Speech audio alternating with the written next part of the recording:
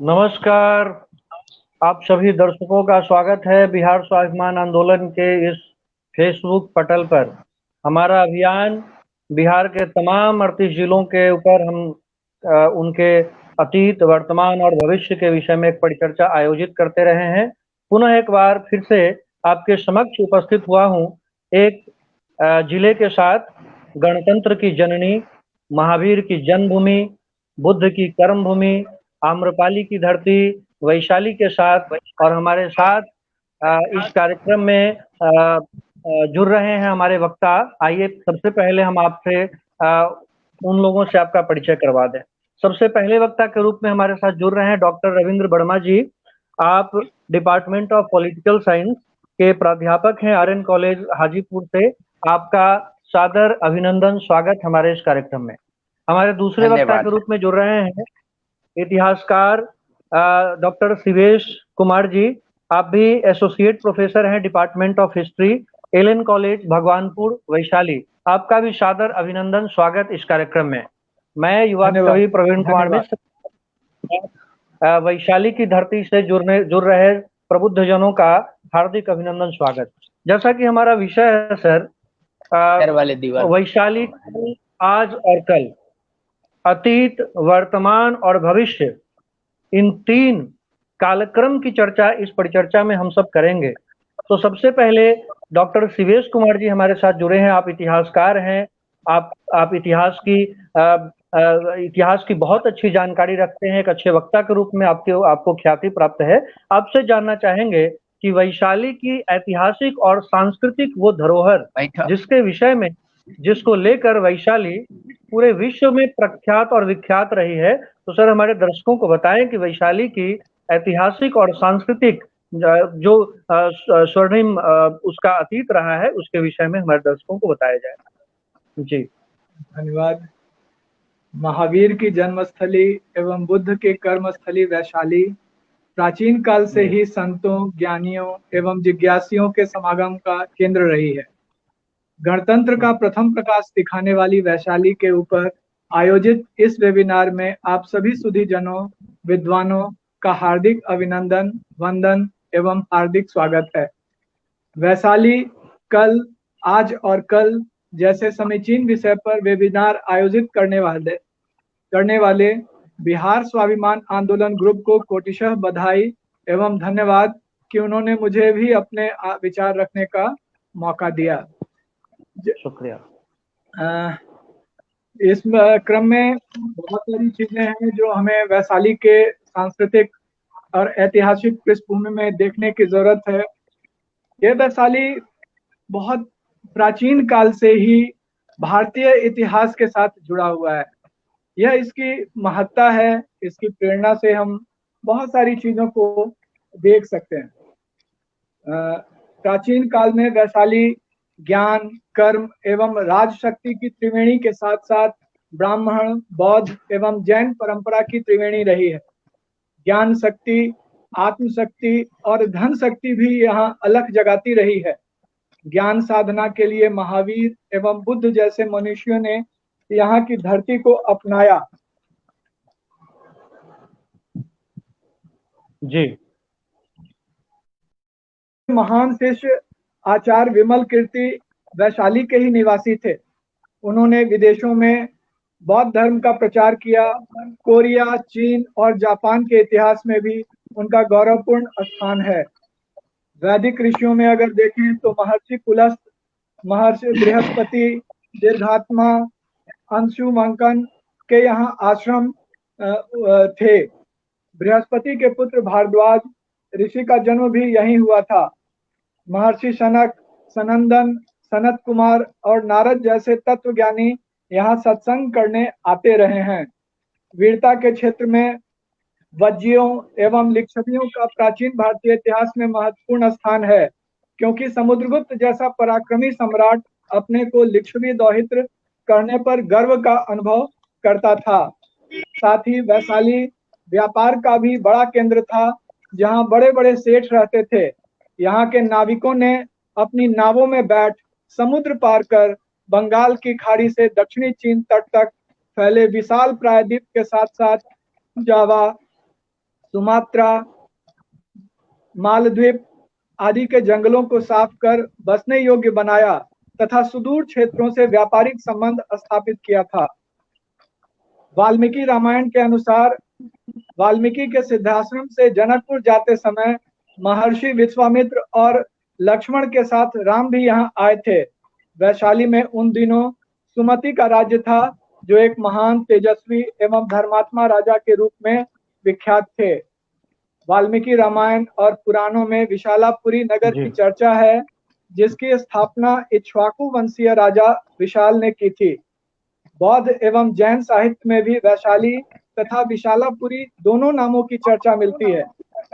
बौद्ध साहित्य में इस नगर को कई बार विस्तृत करने की चर्चा है, जो इसके नामकरण का एक कारण हो सकता है। बगल में बहने वाली शालिग्रामी नदी ने भी इसके नाम को प्रभावित किया हो सकता है। निश्चित रूप से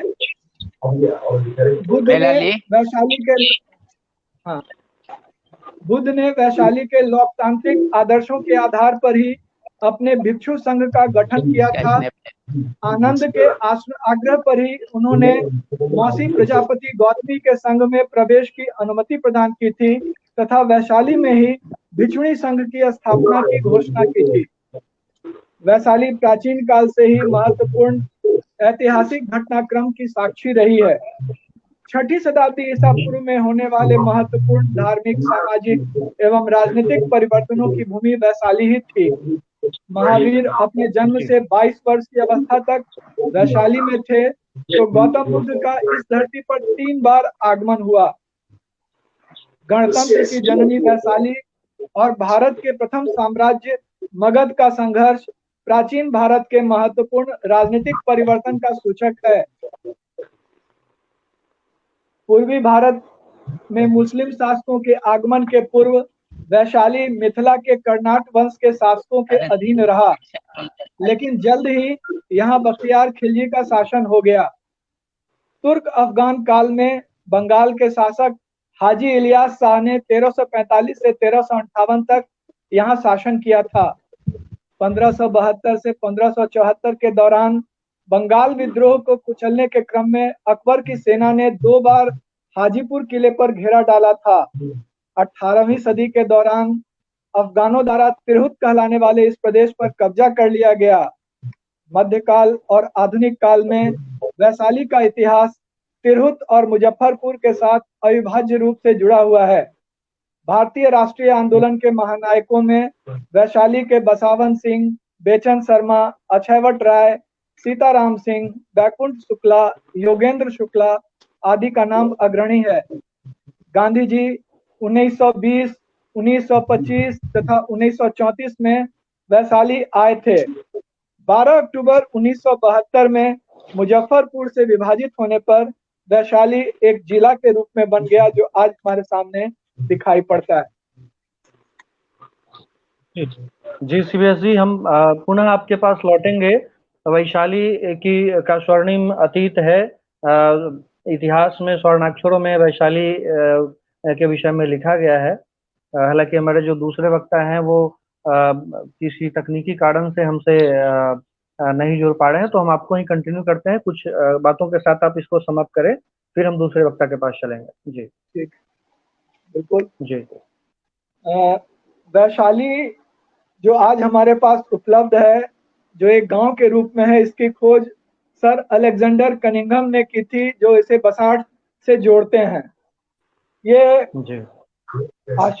बहुत ही ब्रिटिश प्राच्यविद William Jones, H N. Wilson, H T. Colebrooke, Brian Hodgson, Jonathan Duncan जैसे भाषाविदों ने जो भारतीय इतिहास के विभिन्न पहलुओं को पुनर्गठित किया, उसी क्रम में कनिंघम ने, जो जेम्स प्रिंसप के साथ थे, उन्होंने पुरातत्व को सहारा दिया और उन्हीं के कारण आज हम इस वैशाली को बसाठ से जोड़ पा रहे हैं।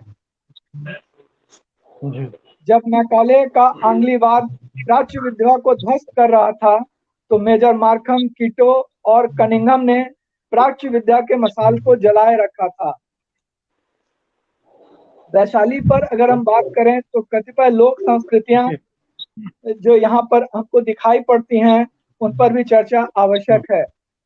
बहुत सारी जी लोक संस्कृतियों में हमारे पास जैसे गोवर्धन पूजा, जट जटिन, चौपहर, पराती, बारह मासा, वट सावित्री, झिझिया, होली गान, चैतवर, अल्लाह उदलगीर, बखो, डोमकच, कौरी कौरी, घोघा रानी जैसे दर्जनों लोक संस्कृतियां हैं जिस पर शोध की आवश्यकता है, जो वैशाली के स्वर्णिम सांस्कृतिक अतीत को पटल पर ला सकता है और हमें लाभान्वित कर सकता है। जी निश्चित जी रूप से शिवेश जी। किसी भी हाँ, बताया जाए। जी जी, बहुत बहुत शुक्रिया। हम फिर आपके पास लौटते हैं। हमारे साथ डॉक्टर रविंद्र वर्मा जी जुड़े हुए हैं।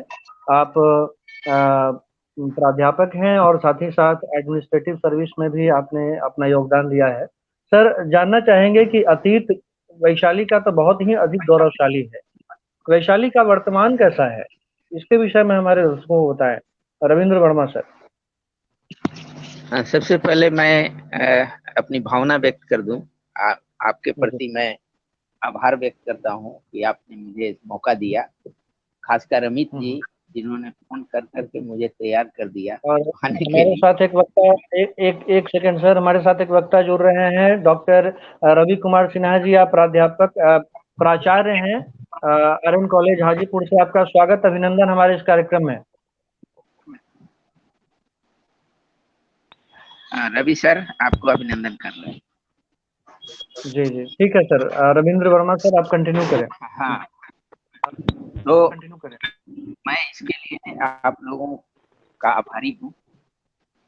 जी मैंने जानता कि आपकी अपेक्षाओं में मैं कितना खरा उतरूंगा, लेकिन आपने पूछा कि वैशाली का वर्तमान कैसा है। मैं राजनीतिक विज्ञान का विद्यार्थी हूँ, इसलिए मैं राजनीति से संबंधित बातें थोड़ी अपनी जानकारी के अनुसार मैं व्यक्त करूँ। मुझे याद है जब हम स्टूडेंट थे, उस समय छात्र आंदोलन हुआ था। छात्र आंदोलन के बाद चुनाव हुए थे और वैशाली ने अपने राजनीतिक चेतना को इस प्रकार प्रदर्शित किया था उस समय। आपको आश्चर्य होगा कि हाजीपुर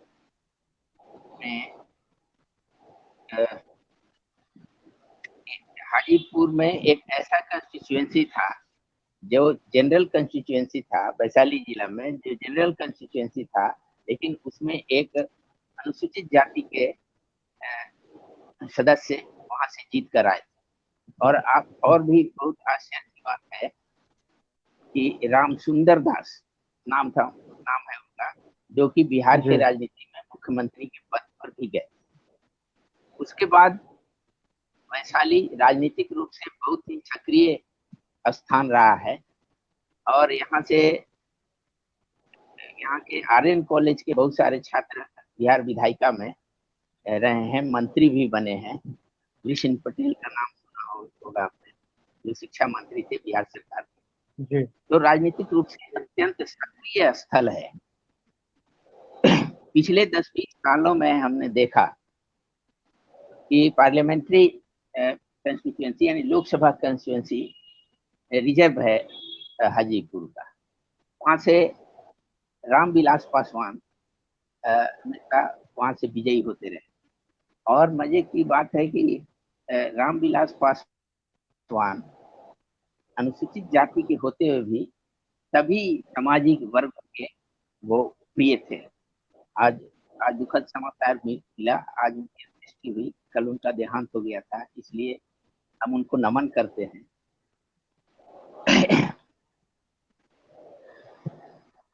इसके अलावा जो छात्रगण है वहाँ, जो युवा वर्ग है, वह भी राजनीति में अत्यंत सक्रिय है।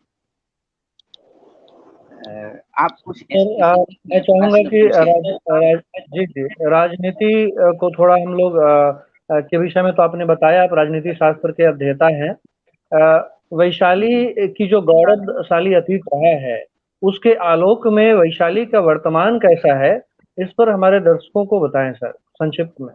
हाँ, जैसे आपको ज्ञात होगा कि 100 से 300 BC के दौरान लिच्छियों का शासन यहाँ था, जो कि गणतंत्र के रूप में उन्होंने अपना शासन चलाया।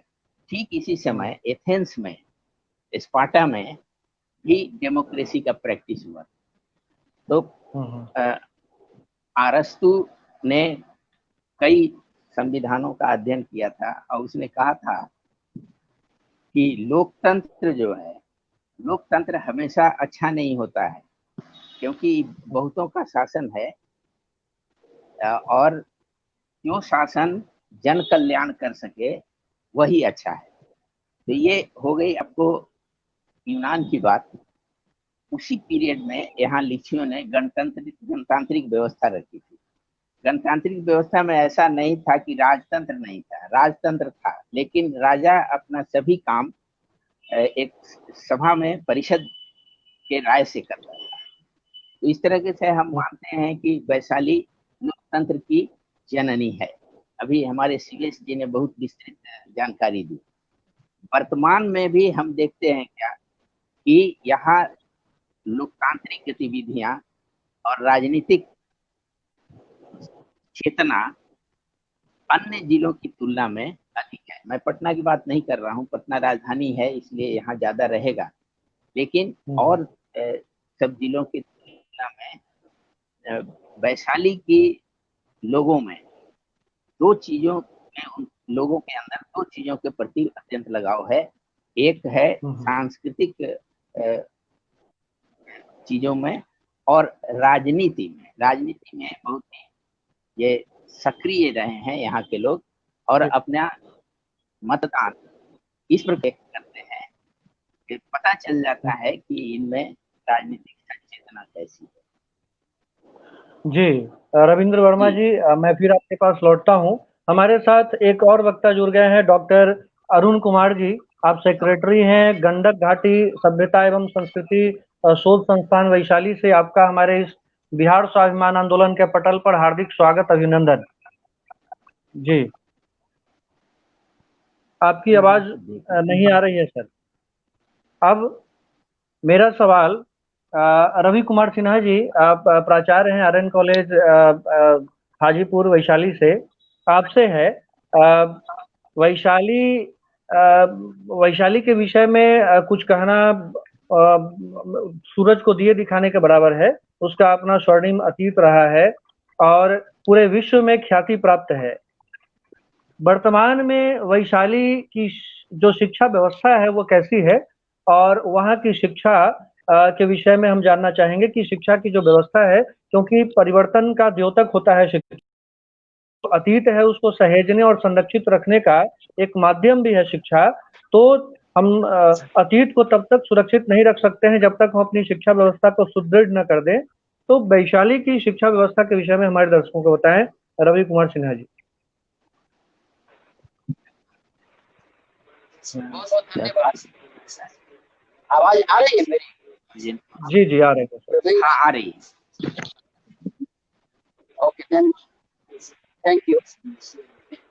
यह बात सही है कि शिक्षा ही एकमात्र माध्यम है जिसके द्वारा कोई भी समाज न सिर्फ अपने अतीत या सांस्कृतिक विरासत को सुरक्षित रख सकता है, बल्कि भविष्य के प्रति भी एक निश्चित सोच को विकसित कर सकता है। और वैशाली की शिक्षा विश्व प्रसिद्ध हो चुकी है पिछले 4-5 वर्षों में। यह मैं उस दुर्भाग्य पक्ष को नहीं यहाँ पर रेफर करना चाहता हूँ। I don't wish to refer to that black spot in our history, but ये तो सब जग जाहिर है कि बिहार के पूरे जो शिक्षा व्यवस्था है उसमें वैशाली कोई अपवाद नहीं है। कुछ महाविद्यालय, कुछ विद्यालय अपनी ओर से कोशिश कर रहे हैं। विशेषकर हम आर्यन कॉलेज में कुछ शिक्षागण मिलकर यह कोशिश करते रहते हैं कि बच्चों को वो सब सुलभ हो शैक्षणिक व्यवस्था के तहत जो पटना के किसी भी महाविद्यालय विश्वविद्यालय में उपलब्ध है। मगर जो सबसे दुखद पहलू यह है कि शिक्षा के प्रति जिस वर्ग को आगे आना चाहिए, यानी कि छात्र वर्ग, वह वर्ग ही उदासीन है। कारण क्या है इसका हम लोग विवेचन मीमांसा करते रहते हैं, मगर लगता है कि जो बचे कुछ, क्योंकि देखिए सबसे बड़ी बात है कि ये पटना से बहुत नजदीक है, तो जो अच्छे स्टूडेंट है सबसे पहले इंजीनियरिंग मेडिकल में चले जाते हैं 11th के बाद ही, 12th के बाद। उसके पश्चात जो बचते हैं सेकंड ग्रेड के स्टूडेंट्स, वो पटना यूनिवर्सिटी भागते हैं। फिर बचते हैं तो वो यूनिवर्सिटी, बिहार यूनिवर्सिटी मुजफ्फरपुर जाते हैं। ले देकर हमारे यहाँ जो बच्चे आते हैं वो रेसिड्यू हैं, छने हुए। उनमें उच्च शिक्षा के प्रति कोई वैसा विशेष लगाव नजर नहीं आता है। कुछ लड़कियां जरूर हैं, मगर लड़कों में ये लगाव बिल्कुल नजर नहीं आता है। अगर एमए के बच्चे को भी अगर हम एलडीसी तरह की नौकरी दे दें तो 90% बच्चे जो है वो छोड़ के चले जाएंगे। उनको न सिलेबस की जानकारी है, न प्रश्न कैसे आता है इसकी जानकारी है। सबसे बड़ी बात है कि जो डिग्री मिल रही है, यह डिग्री बड़ी विमर्श तरीके से मानी जा रही है। जब हम लोग थे इंटरमीडिएट में, तो इंटरमीडिएट में जो लेवल ऑफ क्वेश्चन था, आज वो क्वेश्चन का लेवल इंग्लिश लैंग्वेज में क्लास 4 और 5 के बराबर आ गया है। यानी कि सभी को डिग्री पार्ट। ग्रेजुएशन में भी जो शिक्षा व्यवस्था है वो बड़ा दुखद है। नतीजा क्या होता है कि जो एमए में मेरे यहाँ बच्चे आते हैं, उनको न सिलेबस की जानकारी होती है, 90% बच्चों को न किताब की जानकारी होती है। और 2 साल में जो व्यवस्था हमारे यहाँ है, उस 2 साल में साल भर की पढ़ाई होती है। कहने को 2 साल का सेमेस्टर है, पीजी का सेमेस्टर 1, 2, 3, 4, मगर 2 साल की पढ़ाई मुश्किल से ऐसा हो पाती है। उस 1 साल में जो नया सिलेबस है, तो शिक्षा की व्यवस्था बहुत ही विकराल और भयावह है। और भविष्य के प्रति मैं बहुत आशान्वित नहीं हूँ, क्योंकि जिस वर्ग को शिक्षा चाहिए, अगर वो वर्ग खुद नहीं सजग है, वो खुद नहीं चाहता है कि हम शिक्षित हो सके उस दृष्टिकोण से, तब माता पिता भी आते हैं तो एडमिशन, पैरवी, ये वो करने के लिए कभी कोई फायदा नहीं आया कि मेरे बच्चे को कैसे क्लास होगा या इसको सिलेबस की जानकारी कैसे होगी। तो ऐसी स्थिति में जाना मुश्किल होता है। आर्यन कॉलेज में हमारा कैंपस वाईफाई है, ई लाइब्रेरी है। लाइब्रेरी अधिकांश डिपार्टमेंट अपना खुद लाइब्रेरी चलाता है। आपको आश्चर्य होगा कि बहुत कॉलेज में तो सेंट्रल लाइब्रेरी नहीं ही है। आर्यन कॉलेज में सेंट्रल लाइब्रेरी भी है, बैठने की व्यवस्था लाइब्रेरी में भी है। उसके अतिरिक्त हर विभाग में अपनी लाइब्रेरी बहुत समृद्ध है, बच्चों को वहां से किताबें मिलती है। मगर जो सबके पीछे जो वर्ग है वो उत्सुक नहीं दिखलाई पड़ता है। और शिक्षा की सबसे बड़ी जो दुर्गति हो रही है वो परीक्षा के द्वारा। परीक्षा कब होगी, रिजल्ट कब आएगा, ये किसी को नहीं पता चलता है। तो ऐसी स्थिति में ये सबका दायित्व है, सिर्फ शिक्षक वर्ग का नहीं। समाज के जो समझिए कि नेतृत्व वर्ग है, राजनीतिक नेतृत्व वर्ग है, शैक्षिक वर्ग के लोग हैं, प्रशासनिक वर्ग के लोग हैं, गार्जियंस हैं, ये सबका दायित्व है कि सोचे कि हमारी अगली पीढ़ी कहाँ जाएगी और कैसे रहेगी। तो ऐसी स्थिति में मेरा जो सुझाव है, मैं सिर्फ चिंताओं की ओर नहीं इशारा कर रहा हूँ, मैं सुझाव की ओर कर रहा हूँ कि परीक्षा का जो बाबा आदम जमाने का जो मोड है, उसका बदलाव होना चाहिए। आमूल चूल परिवर्तन की आवश्यकता है। ये नंबर 2 क्या है कि हम छात्रों पर ट्रस्ट नहीं करते हैं। यहाँ के छात्र यूनिवर्सिटी जाके एग्जाम देते हैं, लड़कियां भी जाती हैं, तो विकेंद्रीकरण का क्या मतलब है?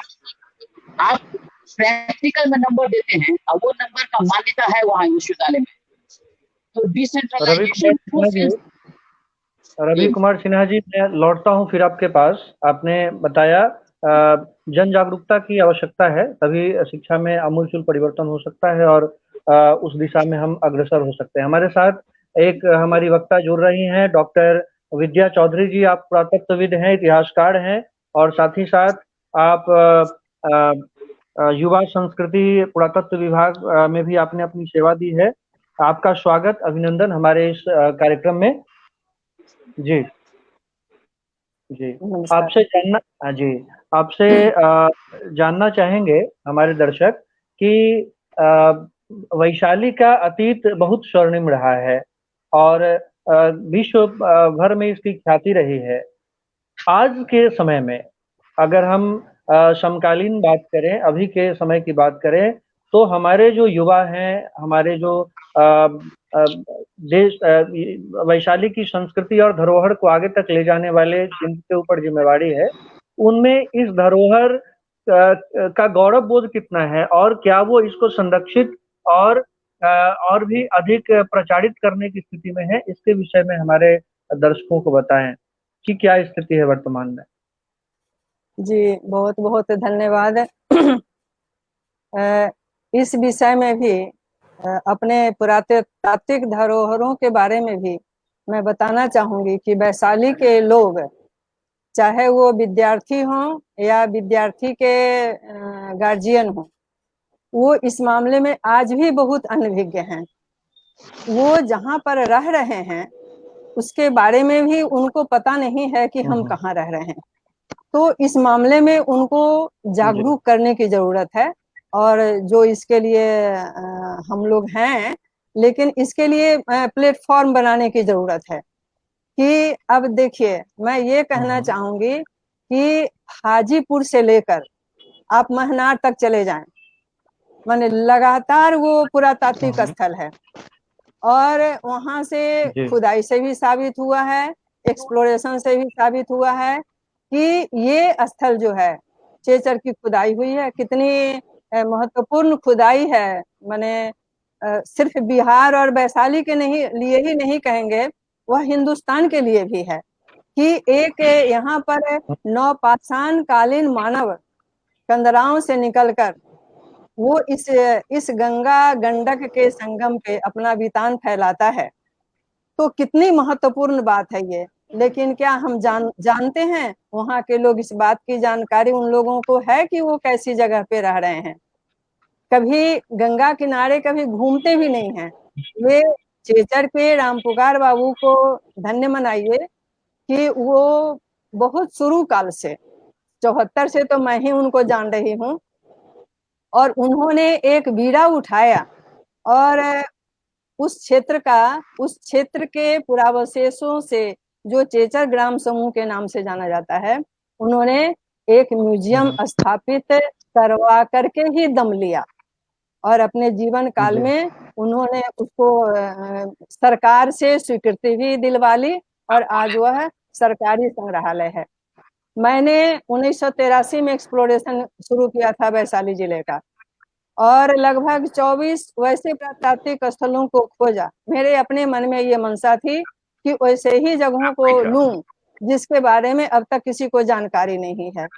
तो मैंने उन स्थलों को रखा है, मेरी पुस्तकें छपी हुई है, लेकिन उस पर और काम करने की जरूरत है। अब जहां तक जागरूकता की बात है, तो जितने स्थल हैं, सबसे पहले तो इस प्लेटफॉर्म के माध्यम से मैं कहना चाहूंगी कि वैशाली का म्यूजियम है और चेचर का म्यूजियम है।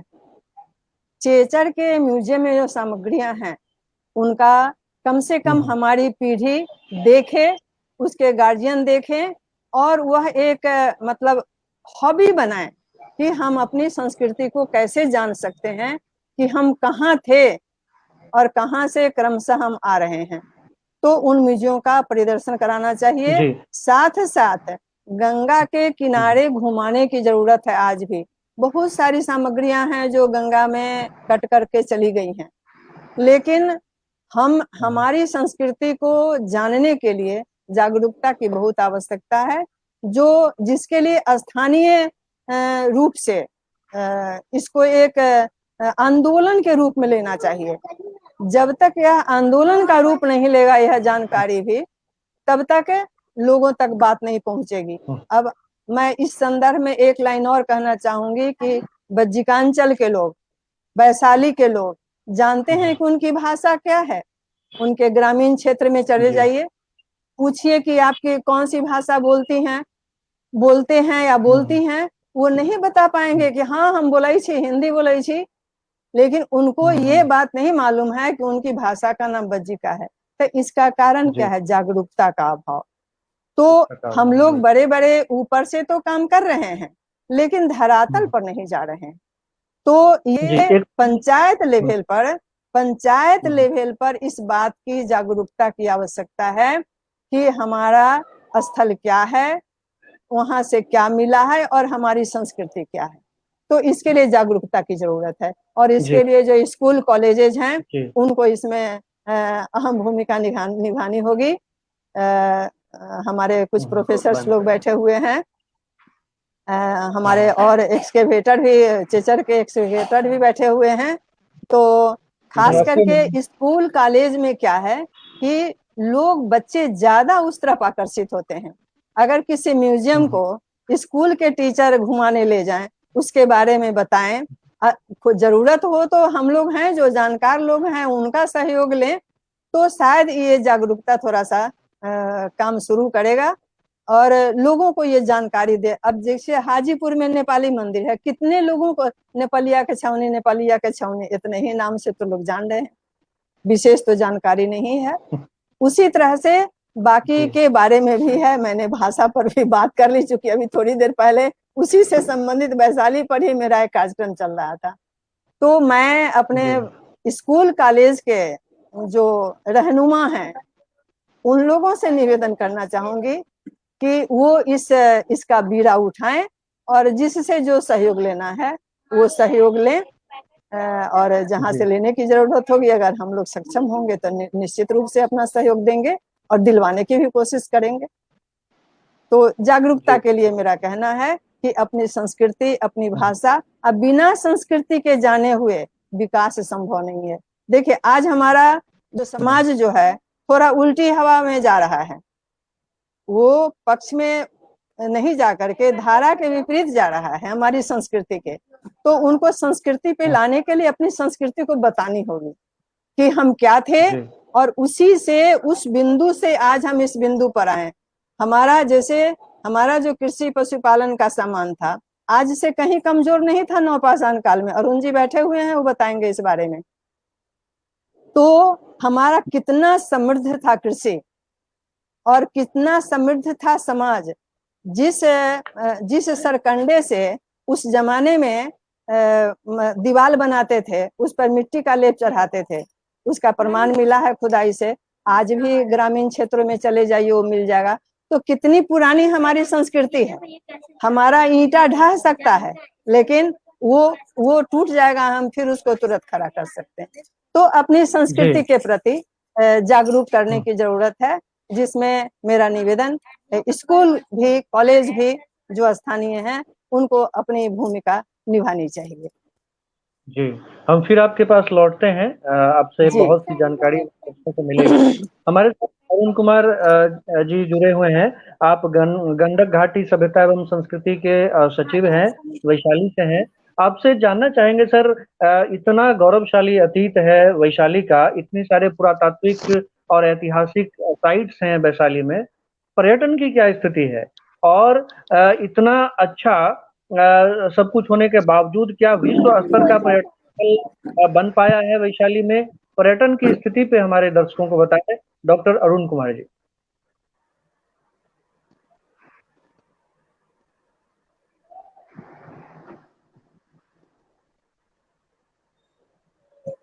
आपकी आवाज नहीं आ रही है सर।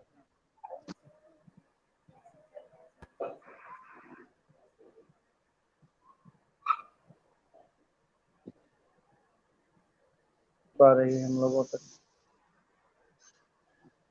आपका कॉर्ड जुड़ा है सही से सर? जरा चेक कर लिया जाए। आवाज नहीं आ रही है सर।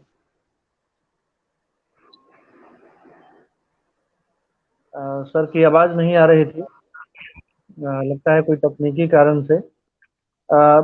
इस सवाल का उत्तर हम डॉक्टर विद्या चौधरी मैम हमारे साथ जुड़ रहे हैं। आप एक पुरातत्वविद हैं और इस विषय की बहुत सी जानकारी है। आपसे जानना चाहेंगे कि पर्यटन की क्या स्थिति है? क्या विश्व स्तर का पर्यटन स्थल है हमारे वैशाली में? बुद्ध की कर्मभूमि है, महावीर की जन्मभूमि है, बौद्ध सर्किट से इसका संबंध है। तो क्या वैश्विक स्तर का पर्यटन जो है हम दे पा रहे हैं? पर्यटन स्थल तो हमारे यहाँ है, लेकिन पर्यटन के ऊपर कितना काम हुआ है, वर्तमान में क्या स्थिति है, इसके विषय में हमारे दर्शकों को बताएं। आवाज कहाँ गड़बड़? मेरे पास, हमारे पास, हमारे जिले के पास पूरी संभावना है कि विश्व स्तर का पर्यटन स्थल हमारा राज्य बन सकता है, मतलब वैशाली।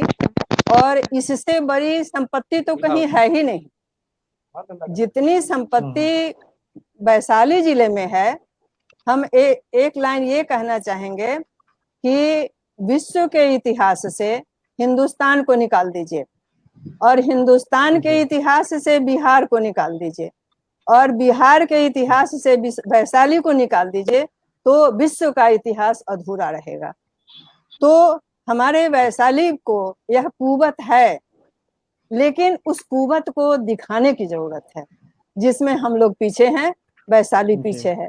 अब देखिए, भगवान बुद्ध महावीर का जन्म हुआ वैशाली में, भगवान बुद्ध ने पहली शिक्षा प्राप्त की वैशाली में, वैशाली के बाद ही वो बोध गया जाकर के, जब उनको लगा कि नहीं हमको इससे विशेष शिक्षा लेनी चाहिए, उनको उससे संतुष्टि नहीं मिली तो वो आगे की ओर बढ़ते गए। लेकिन बुद्ध का प्रथम पाठशाला जो है वो वैशाली ही है। अब बुद्ध का रेली का स्तूप सिर्फ वैशाली से मिला है, इससे बड़ी संपत्ति और क्या हो सकती है।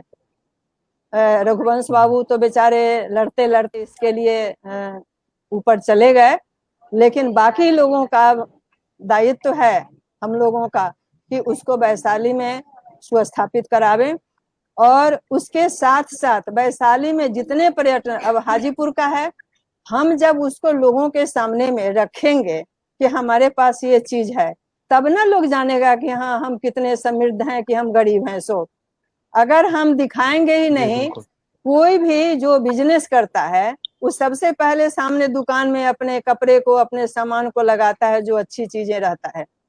हमने वैशाली के पर्यटन के लिए कौन सी चीजें लगाई हैं, तो हमें उन चीजों को लगाना होगा। और सारे स्थलों को जितने, जैसे कि खान में वस्तु की कीमत नहीं होती है, वही चीज हमारे वैशाली की और बिहार की है। तो बिहार में बाकी अन्य जगहों में तो कुछ काम हो भी रहा है, लेकिन वैशाली तो बिल्कुल उसको क्या कहा जाए, तो उसको उससे आगे उबारने की जरूरत है।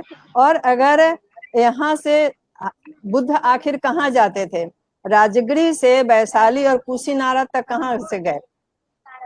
बुद्ध का परिनिर्वाण स्थल भले ही अभी हमको नहीं बोलना चाहिए, लेकिन मैंने इस पर आर्टिकल मैं लिख चुकी हूँ, इसलिए बोलने के लिए सक्षम हूँ कि मैं क्यों बोल रही हूँ। कि मेरा एक आर्टिकल बिहार पुराविद परिषद के जर्नल में निकला हुआ है कि कांटी का जो कुशी है वो कुशीनारा क्यों। तो इस पर विशेष चर्चा की अभी जरूरत नहीं है, लेकिन ये हमारा स्थल कितना महत्वपूर्ण है, हमारा ये वैशाली कितना महत्वपूर्ण है। सबका केंद्र बिंदु वैशाली है। आप पूरे इतिहास पुरातत्व को ले लीजिए, अगर मगध साम्राज्य के लिए प्रतिष्ठापित है तो बाकी संपूर्ण इतिहास के लिए हमारा वैशाली प्रतिष्ठापित है। वैशाली से निकल वैशाली वालों से ही ब्रिजियों से लोहा लेने के लिए ही ना पाटलिपुत्र की स्थापना हुई थी। उसके पहले तो राजगृह में इसकी राजधानी थी। पाटलिपुत्र को तो अजात शत्रु ने बसाया वैशाली वालों से लड़ने के लिए। तो हमारा अस्तित्व पहले से आ रहा है, तो हमें अपने अस्तित्व को बचा कर रखने के लिए आगे आना चाहिए और इसको पर्यटन के विश्व स्तरीय पर्यटन स्थापित करने के लिए हम लोगों को प्रयास करना चाहिए। और बिल्कुल यह विश्व स्तरीय पर्यटन स्थल वैशाली बन सकता है। सबसे पहले तो आपका वैशाली का जो रेलिक कास्केट है, म्यूजियम बन जाए, कास्केट रखा जाए और जो वहाँ की सामग्रियां हैं उस म्यूजियम में रख दीजिए, तो देखिए कि वैशाली की क्या महत्ता बढ़ती है। कौन से देश के लोग नहीं आते हैं, इसलिए हमारे पास पूरी संभावना है, आवश्यकता है उसके लिए परिश्रम करने की। तो पर्यटन के मामले में मेरा यही कहना है। जी अरुण कुमार जी किसी कारणवश नहीं जुड़ पा रहे हैं। मेरा सवाल फिर से डॉक्टर शिवेश कुमार जी हमारे साथ जुड़े हुए हैं।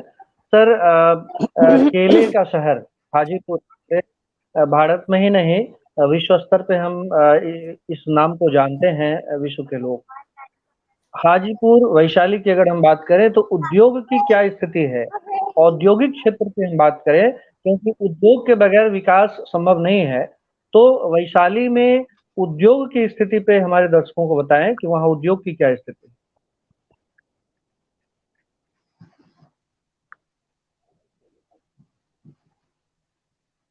म्यूट है सर, ऑन कर लिया जाए। अब हाँ, किसी भी क्षेत्र के विकास के लिए शिक्षा और उद्योग, ये दो महत्वपूर्ण बिंदु हैं जिस पर विचार करने की आवश्यकता है, काम करने की आवश्यकता है, देखने की आवश्यकता है। जी शिक्षा पर बहुत सारी चीजें बात हुई, रोजगारमुखी शिक्षा, तकनीकी शिक्षा, व्यावसायिक शिक्षा, परंपरागत शिक्षा, इन सब पर चर्चा होती है, होनी चाहिए।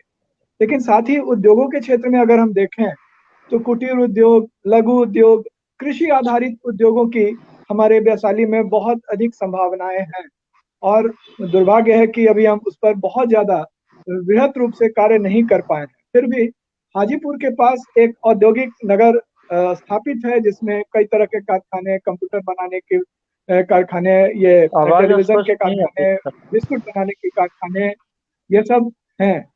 लेकिन फिर भी अभी इस क्षेत्र में अभी करने की आवश्यकता है। आपकी आवाज सर स्पष्ट नहीं आ रही है। इस सवाल को हम माफ कीजिएगा, रविंद्र वर्मा जी हमारे साथ जुड़े हुए हैं। जी, रविंद्र वर्मा जी से हम जानना चाहेंगे, हमारे दर्शक, कि उद्योग की क्या स्थिति है वैशाली में, जबकि इसकी संभावनाएं तो असीम है। तो उद्योग की स्थिति के विषय में बताएं रविंद्र वर्मा जी। हाँ, मैं प्रोफेसर शिवेश जी की बातें सुन रहा था। उस समय मुझे एक चीज जी दिमाग में ये आया कि आज से 7-8 साल पहले वर्ल्ड बैंक के एमआर ग्रुप आए थे और वो आर्यन कॉलेज कैंपस में घूम रहे थे। तो उन्होंने एक बात कही जो आज अभी के विचार विमर्श में प्रासंगिक लग रहा है। उन्होंने कहा था कि इतना बड़ा जमीन है कॉलेज का, तो इसका यूटिलाइजेशन क्यों नहीं करते हैं। और हमारे यहाँ सिक टेक्नोलॉजी का कोर्स भी चलता था, तो उनके कोऑर्डिनेटर को उन्होंने कहा कि इसको क्यों नहीं यूटिलाइज करते। अभी सीवीएस जी ने कहा कुटीर उद्योग और छोटे उद्योग, गिग इंडस्ट्रीज, तो वैशाली में ऐसे उद्योगों को स्थापित करने की आवश्यकता है जो वहाँ के इंडिजिनस रिसोर्सेज को, वहाँ के स्थानीय संसाधनों का उपयोग करके करें। हमारे यहाँ बहुत सारे छात्र ऐसे आते हैं जो तंबाकू की खेती करते हैं, जो अब बंद कर दिए हैं। उनका कहना था कि तंबाकू की खेती जिस समय लगा देते थे तो कलकत्ता के व्यापारी आकर उसको फसल का खरीद कर लेते, समृद्धि आती। 1970 के दशक में जो ट्यूबवेल्स को लागू किया गया, वर्ल्ड बैंक की मदद से वैशाली में ट्यूबवेल्स बहुत लगे थे और वहां की कृषि को किया गया था। एक आईआईटी के विद्यार्थी, नाम नहीं याद आ रहा है, उन्होंने वैशाली के गांवों में अध्ययन किया था और उन्होंने बताया था कि वैशाली में लघु स्तर पर स्थानीय संसाधनों से की बहुत संभावनाएं। तो हमें सरकार को एक ऐसी नीति बनानी चाहिए कि स्थानीय संसाधनों के उपयोग के लिए रास्ता खोला जाए और वहाँ के युवाओं को आजीविका उससे मिल सकती है। अभी नीतीश जी के सरकार में एक कार्यक्रम चल रहा है, हरियाली नाम है, या जल जीवन हरियाली, उसके जल जीवन तहत हरियाली सोलर प्लांट, हाँ, उसके तहत कुछ ऐसे कार्यक्रम आए हैं जो बिहार सरकार ने अपनी तरफ से भी शुरू किया है और केंद्रीय सरकार से भी आया है, जिसमें यह है कि जो जमीन है, अगर जमीन सरकारी है तो भी वहाँ के लोगों को उसमें पौधे लगाने या इमारती लकड़ी लगाने या फल वाले पौधे लगाने को जिम्मा दे दिया और उसके आमदनी को ही लोगों के बीच बांटते। तो इस प्रकार से हम देखते हैं और आपको ये पता होगा कि वैशाली बिहार का ग्रीन डिस्ट्रिक्ट के रूप में पहचान पा चुका है। यानी यहाँ इन्वायरमेंट में वन का ज्यादा है। उसमें जैसे कुछ इनंडेटेड लैंड्स भी हैं, कुछ पानी वाले वाटर या वेटलैंड्स हैं, तो वेटलैंड्स का भी उपयोग किया जा सकता है। मछली पालन, food processing, agro based industry हम करते हैं, छोटे स्तर पर लगाए जा सकते हैं। और आपको पता होगा कि वैशाली में केले के थंब जो है सामग्रियां बनाई जाती है। बाजार में अभी कम देखते हैं, लोगों की आमदनी है कि आजीविका चल सकती है। बैग है, ये सब चीजें केले के थंब से बनाई जाती है। इन सबको रिवाइव करने की जरूरत है, यानी एक नीति के स्तर पर एक परिवर्तन लाने की जरूरत है, जिससे कि वहाँ के स्थानीय लोगों को एक रोजगार के साथ जोड़ा जाए, उनकी उद्यमिता को विकसित किया जाए और स्थानीय संसाधनों का उपयोग किया जाए। वैशाली को बाहर से किसी सहायता की जरूरत नहीं, साधन को हार्नेस करने की जरूरत है। इस प्रकार से कसा जाए तो उत्पादन कर सके। तो मैं ग्रुप साहब की बात कर रहा था, रविंद्र वर्मा जी, कहा कि इसमें से 10 कट्ठे का जमीन। जी बोला जाए। आप आपके समक्ष उपस्थित होंगे। ज्यादा बोल रहा हूँ? नहीं, बिल्कुल बिल्कुल सर, आपने बहुत अच्छी बातें बताई उद्योग के विषय में। अरुण कुमार जी अभी तक नहीं जुड़ पाए हैं, तो फिर से मेरा सवाल डॉक्टर विद्या चौधरी जी हमारे साथ जुड़ रही हैं। आपसे जानना चाहेंगे, गणतंत्र की जननी वैशाली साहित्य और कला के क्षेत्र में भी अतीत में बहुत ही ज्यादा समृद्ध रहा है। वर्तमान में कला और साहित्य की क्या स्थिति है, इसके विषय में हमारे दर्शकों को बताएं, डॉक्टर विद्या चौधरी।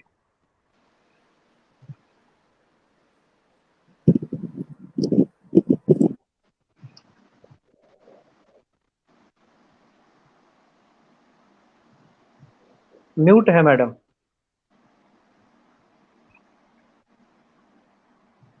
माइक अब जा रही है? हाँ राजेश जी, थोड़ी देर के बाद बात करते हैं। हाँ, आवाज गई? जी आवाज आ आ रही रही है, है? आ रही है। अभी अब एक वेबिनार में है, थोड़ी देर के बाद बात करते हैं। तो हमारा ये कहना है जी आ रही है आवाज, बोला जाए। अतीत जितना मेरा समृद्ध था, वर्तमान उस श्रेणी में नहीं आता है। तो हमें उससे सीख लेने की जरूरत है कि हमें कैसे अपनी संस्कृति को बढ़ाने के लिए हम छोड़ते जा रहे हैं। हम तो सुसंस्कृत थे, लेकिन अपनी संस्कृति को जो छोड़ रहे हैं, यही हमारे एक तरह से अवनति का कारण भी हो रहा है। तो अगर हम उस तरफ पहुंचते हैं, जैसे कि अब देखिए, पहले दुर्गा पूजा वगैरह होता था, हम देखे हुए हैं कि सराय वगैरह में एक ही दो जगह कुछ दूरी पे मूर्तियां बनती थी, जहां मेला लगता था, और वहां पर तरह तरह की मूर्तियां बिकती थी। लेकिन आज वो स्थिति नहीं है। आज इसके कई कारण हैं कि पहले तो एक वर्ग वही था जो वही काम करता था, लेकिन आज वो वर्ग पढ़ लिख करके जो अगली लाइन है, उस अगली लाइन में चला गया है। लेकिन इसको एक ये भी एक मतलब बिजनेस बनाने की जरूरत है कि किसी भी क्षेत्र में आदमी जाए। लेकिन जैसे कि हमारी जिस भी तरह की कला है, अब हमारे यहाँ सुजनी कला की बात आती है। सुजनी कला हमारे यहाँ एक सेमिनार हो रहा था, उसी में पता चला कि मुजफ्फरपुर में, हम लोग भी जानते हैं कि सुजनी की तैयारी होती है, माँ वगैरह बनाते हैं, फिर उससे जानते हैं, लेकिन इसको उद्योग का दर्जा देने के लिए प्रयास करने की जरूरत है। तो इससे क्या है कि हमारी कला भी बढ़ेगी, हमारी संस्कृति भी बढ़ेगी और हमारी आमदनी भी बढ़ेगी। इसी तरह से बाकी सांस्कृतिक क्षेत्र में भी है, एक से एक कढ़ाई की जाती थी। अब जैसे आज मधुबनी पेंटिंग अपने ऊपर आ रही है, विदेशों में छाई हुई है। हम भले उसका बहुत उपयोग नहीं करें, लेकिन मधुबनी पेंटिंग का है, हमारे यहाँ भी है, स्टेशन है, सारे रोड्स हैं उस नाम पर, चाहे जैसे भी बने, लेकिन बन गए हैं। तो हमें मुजफ्फरपुर की जो कला है जो संस्कृति है उसको ऊपर लाने के लिए, उसको पर्यटन का दर्जा दिलाने के लिए प्रयास करना चाहिए, तो निश्चित रूप से हमारी संस्कृति फिर ऊपर उठेगी। जी जिस भी क्षेत्र अरुण का कुमार हो। क्या हाँ जी जी ठीक है। हाँ अरुण कुमार जी, क्या आप मेरी आवाज सुन पा रहे हैं? हाँ सुन रहे हैं, हमारी सुन रहे हैं। जी, अब हमारी आपकी आवाज आवाज जा बहुत रही है। मुकम्मल मिल रही है आ सर, रहे बहुत बहुत आ अच्छी रहे अच्छी आवाज ठीक आ रही है आपकी।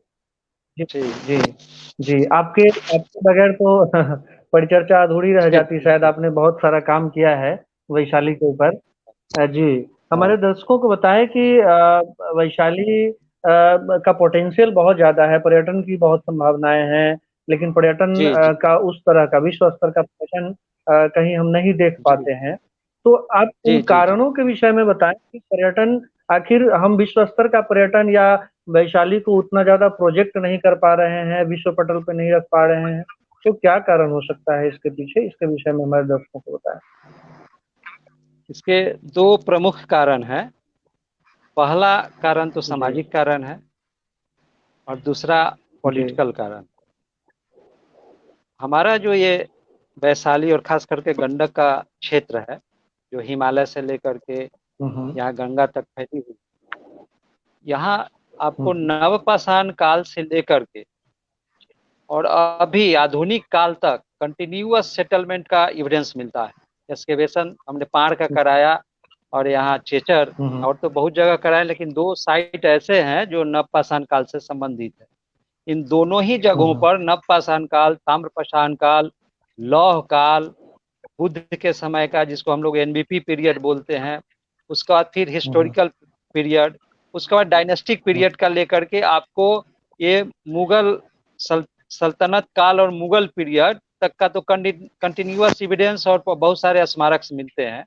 उसके बाद फिर आधुनिक काल को अगर जो लेते हैं तो समझिए कि कंटिन्यू है, यहाँ पर कहीं पर भी कल्चरल गैप आपको पूरे इस गंडक वैली में, जिसका ईपी सेंटर वैशाली है, अभी वर्तमान वैशाली नहीं माना जाए, पुराना वाला वैशाली, तो ईपी सेंटर है कल्चर का। पूरे पूरे वर्ल्ड का अगर आप देखेंगे, ग्राफ देखेंगे प्रति प्रति वर्ग स्क्वायर किलोमीटर में कितने सेटलमेंट्स हैं, तो सबसे ज्यादा आपको इसी क्षेत्र में मिलेगा पूरे वर्ल्ड में।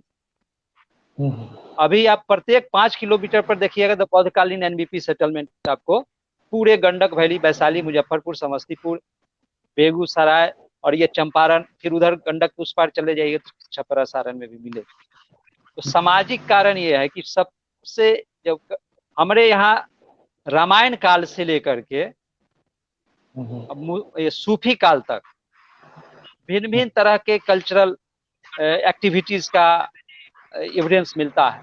अब नवपाषाण काल को अगर रामायण काल से हम जोड़ें तो रामायण पथ के का डेवलपमेंट यहाँ किया जा सकता है, जिसके काफी ये आर्कोलॉजिकल एविडेंसेज है, लिटरेरी एविडेंसेज भी है, जिसमें हाजीपुर आता है, हाजीपुर से वैशाली, और वैशाली को आप विशालापुरी के नाम से वाल्मीकि रामायण में वर्णन किया गया है।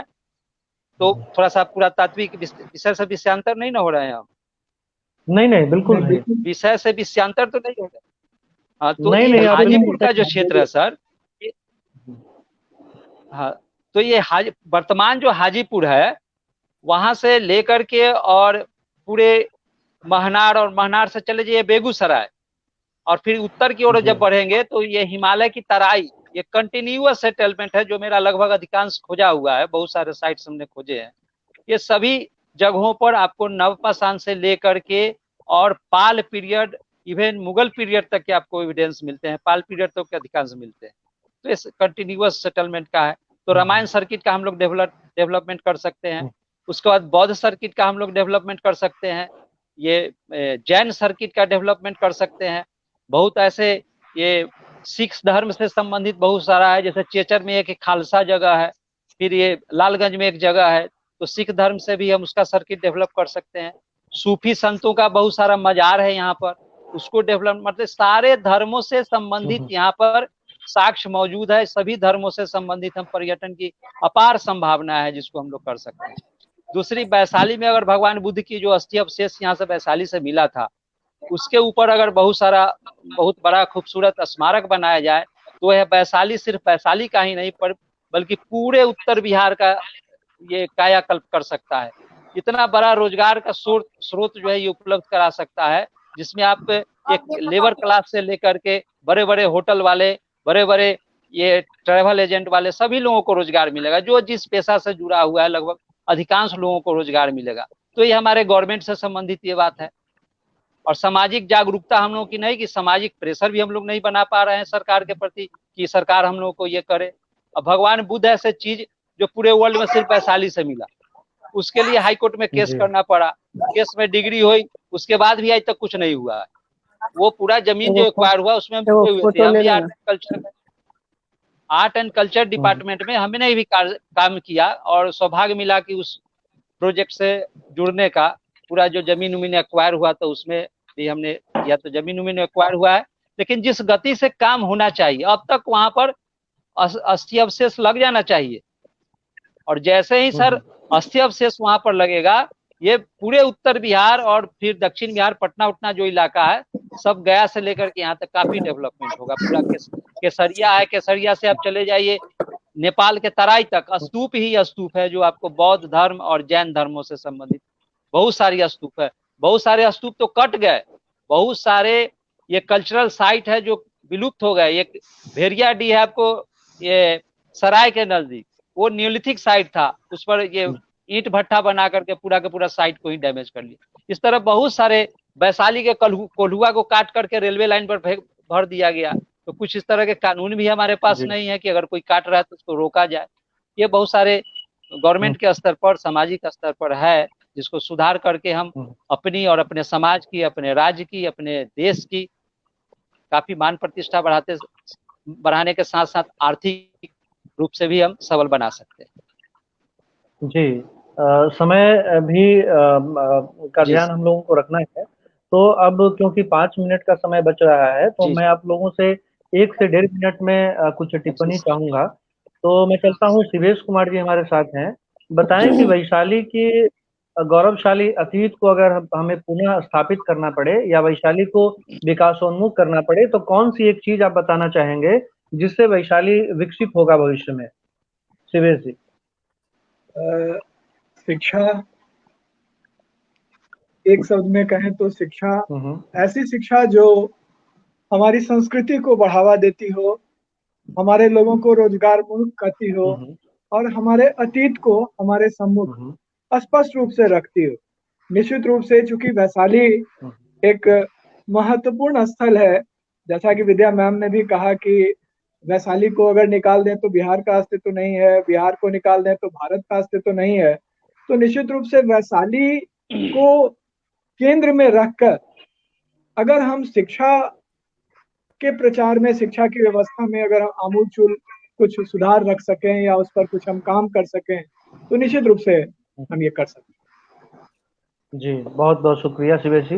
अब हम विद्या मैम से जानना चाहेंगे कि आपसे एक सवाल भी मैं चाहूंगा कि हमारे दर्शक जाने कि वैशाली में कानून की क्या व्यवस्था है, जो विधि व्यवस्था है वो कैसी है? क्योंकि इसके बगैर बहुत सी चीजें नहीं हो सकती हैं। पर्यावरण को हम नहीं विकसित कर सकते हैं और भी औद्योगिक जो हमारा क्षेत्र है उसको भी विकसित नहीं किया जा सकता। तो विधि व्यवस्था के ऊपर संक्षिप्त टिप्पणी 1 मिनट में, और साथ ही साथ एक सवाल कि वो कौन सी चीज है जिसके आधार पर हम वैशाली को विकसित कर सकते हैं, विश्व स्तर का पर्यटन स्थल बना सकते हैं, या विश्व स्तर की ख्याति फिर से वैशाली को मिल सकती है?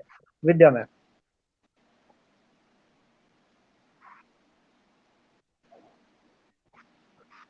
म्यूट है आपका। जी जी, अब जा रही है? जी जी आ रही है। ये वैशाली को की जो विधि व्यवस्था है, सबसे पहले तो ये मैं अपनी भावनाएं कह रही हूँ कि विधि व्यवस्था कौन कायम रखता है। सरकार का दायित्व है कि वो विधि व्यवस्था बना दे, लेकिन उसका पालन कौन करता है? पालन तो हम आम नागरिकों को ही करना है ना। उसके कुछ लोग होते हैं, ऑफिशियल्स होते हैं, जो कानून को लागू करवाने के लिए सक्षम हैं, लेकिन हम आम नागरिकों का भी दायित्व है कि हम कानून को लागू करवाएं। अब जैसे देखिए, समय नहीं है, विस्तार में नहीं जाना चाहूंगी। अगर एंटिक्विटीज एंड आर्ट्स एक्ट बना हुआ है तो एक्ट बना हुआ है तो सरकार को लागू करवाना है, लेकिन लागू तो करना है हमें। उस कानून को लागू करने के लिए सरकार ने जितने ही कानून बनाए हैं उन कानूनों को लागू करने के लिए, अपनाने के लिए हमें, हमारे लोगों को जागरूक होने की आवश्यकता है। जब वे जागरूक होंगे तभी कानून का अनुपालन हो सकेगा। तो कानून सिर्फ होने से नहीं होगा, उसके अनुपालन का दायित्व तो हम नागरिकों को भी लेना पड़ेगा। दूसरी चीज, वैशाली को समृद्ध है, लेकिन उसको समृद्ध दिखाने के लिए हम भी कहना चाहेंगे कि जो वहाँ की धरोहर है वहाँ जाए। जैसे चेचर की धरोहर चेचर में है, तो एक स्थानीय म्यूजियम, बहुत समृद्ध स्थानीय म्यूजियम है, वो हो गया है। वैशाली की म्यूजियम वैशाली में है। और बुद्ध का जो अस्थि कलश है वहाँ पर सम्यक दर्शन संग्रहालय के लिए जमीन लिया हुआ है। निर्माण कार्य भी शुरू हो गया था। अब तो हम वहाँ नहीं हैं, इसलिए हम नहीं बता सकते हैं कि क्या हो रहा है, नहीं हो रहा है। लेकिन सरकार के तरफ से अरुण जी ने कहा कि बहुत सारी बातों के लिए सरकार की, लेकिन सरकार की ही स्थिति अभी मान लीजिए पुरातत्व विभाग के अंदर में वो है वैशाली का साइड, चाहे वहाँ की जो सामग्री है यहाँ है, वहाँ म्यूजियम बनवाना है। बिहार सरकार के म्यूजियम विभाग का ये काम है।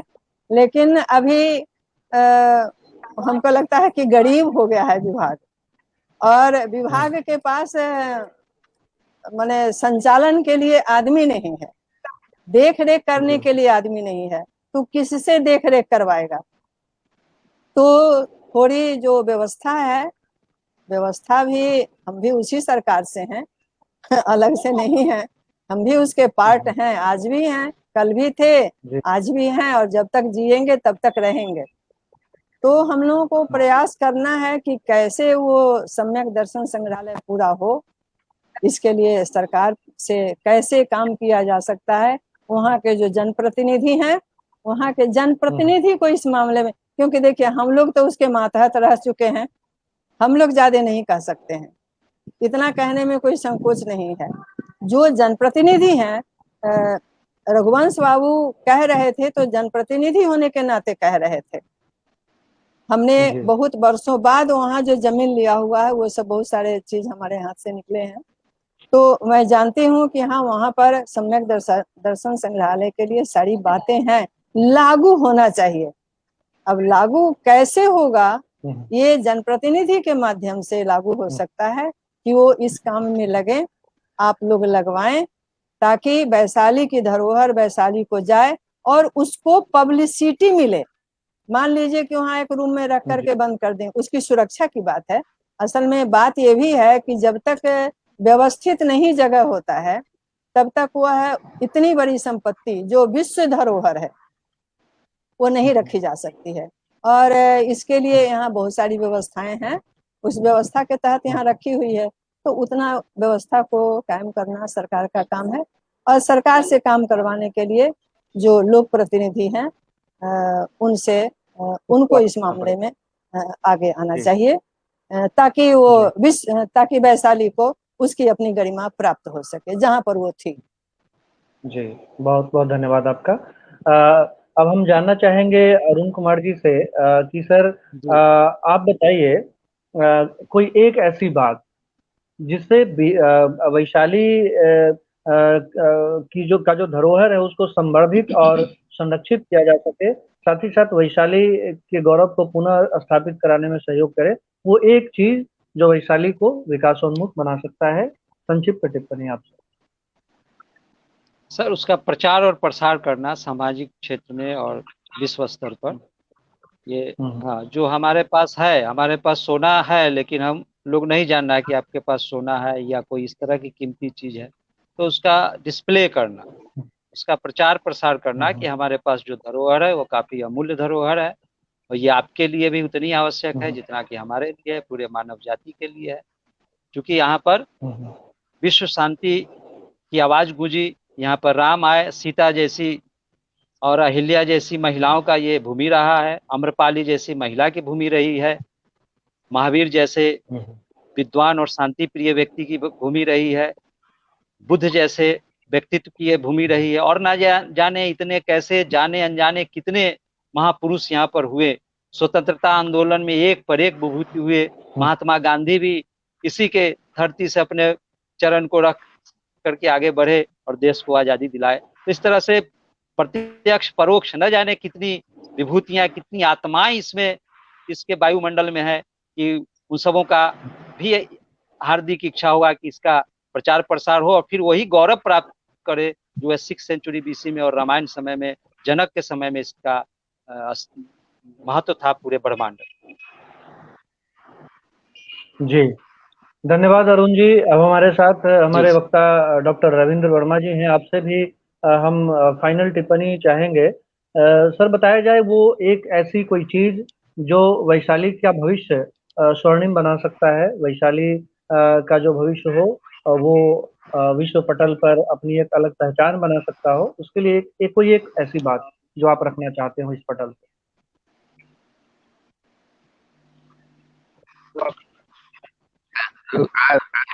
धन्यवाद। जानते हैं कि भारतीय राजनीति के क्षितिज पर दो ऐसे महारथी आए जो कि वैशाली से थे। उन्होंने अपना दबदबा कायम रखा। उसमें रघुवंश बाबू और रामविलास बाबू का नाम रखा।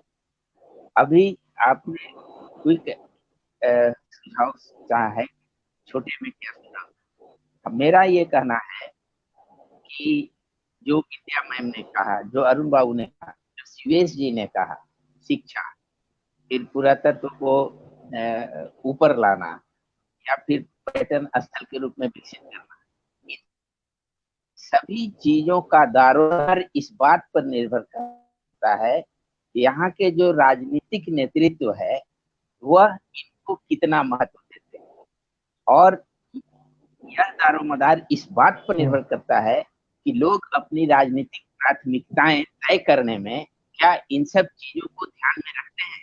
अगर इन चीजों को ध्यान में रखकर अपनी राजनीतिक प्राथमिकता तय करेंगे तो सारी चीजें बदल जाएंगी और वैशाली का प्राचीन स्वर्णिम स्वरूप वर्तमान में भी दिखेगा। जी, बहुत बहुत शुक्रिया। बिहार स्वाभिमान आंदोलन के इस अभियान से जुड़ने के लिए आप सभी विद्वत जनों का, डॉक्टर विद्या चौधरी जी, doctor Shivesh Kumar ji, doctor Arun Kumar ji, doctor Ravindra Verma जी, आप सब लोगों को सादर धन्यवाद, आभार कि आपने अपना बहुमूल्य समय निकाला और वैशाली गणतंत्र की जननी, महावीर की जन्मभूमि, बुद्ध की कर्मभूमि, आम्रपाली की धरती से के ऊपर हम लोगों ने परिचर्चा की। अवश्य ही इससे हमारे दर्शकों को बहुत सारा ज्ञानवर्धन हुआ होगा। तो आप सब विद्वत जनों का बिहार स्वाभिमान आंदोलन और मेरी तरफ से कोटिशः धन्यवाद। मैं आप सब लोगों को नमन करता हूं और ऐसे ही आपका सहयोग उत्तरोत्तर हमें मिलता रहेगा। बहुत बहुत शुक्रिया। शुभ रात्रि। धन्यवाद। धन्यवाद। धन्यवाद आपको भी अपनी तरफ से। धन्यवाद आपको भी प्रवीण जी कि आपने हम लोगों को मौका दिया कि अपने मंच से बिहार वासियों को कुछ संदेश दे सकें, उन्हें उनके बारे में बता सकें। बहुत बहुत धन्यवाद। शुभ रात्रि। शुभ रात्रि सभी लोग